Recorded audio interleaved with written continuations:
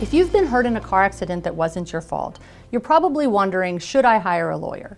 My advice about that is maybe.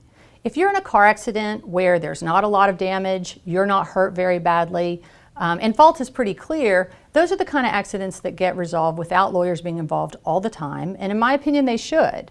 But if you have been seriously injured, if you're facing down medical bills, if you're missing time from work because of your injuries, if your injury is going to be a lasting injury, then I feel very strongly that you should get a lawyer involved. And I'm going to go over a few of the reasons why that's true. It is really important to secure evidence early in a case. When people aren't represented by lawyers, they might think to take pictures of their injuries, and they often think to take pictures of their cars. But there's a lot of evidence, if you don't have a lot of experience doing this, that you won't think to get. And especially when there's a contested case or when injuries are very severe, there can be a lot of other evidence we want to get quickly. We might want to get to the scene while the debris is still there. We might want to get experts involved. We might want to secure the vehicles before they are destroyed. In a trucking case, that's a great example of a case where it's important to secure evidence early. We want to know how long the driver was on the road. We want to know about maintenance of the vehicle. We want to know about how it was loaded and anything that might have contributed to the accident that hurt you, and they only have to keep that for so long. So it is really important to have someone involved who not only recognizes what needs to be gathered, but has an idea of how to go about securing that evidence. One mistake I think people make when they're not represented is they put too much trust in the representatives from the insurance company. And that's not an accident. They work to gain your trust. I had a guy in my office yesterday saying, well, the adjuster for the other side is so friendly and he said I can just send him my records, so do I really need a lawyer? Yes, I think you do. I guarantee you he has a lawyer. And here's the thing, he is not an objective observer. He is not an objective investigator trying to get at the truth. Allstate, you are not in good hands with Allstate. Nationwide is not on your side. They have a duty to represent their insured. They are on his side, and they have a goal to minimize what they pay on every claim. So when they're investigating and gathering facts, they're also looking for anything they can use to deny or diminish your claim.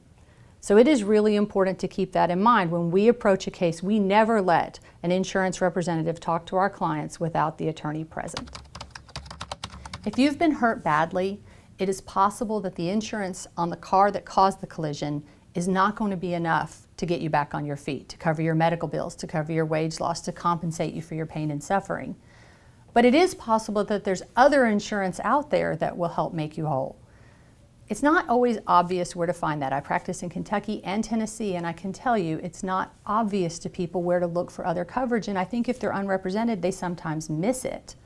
There can be coverage on cars that are not even involved in the accident, depending on how your policy is written. And you need to look at that before you agree to settle. There can be parties who are responsible for this accident who aren't there. For example, if the person who hit you is driving for his employer, we might be looking at the insurance company for that business.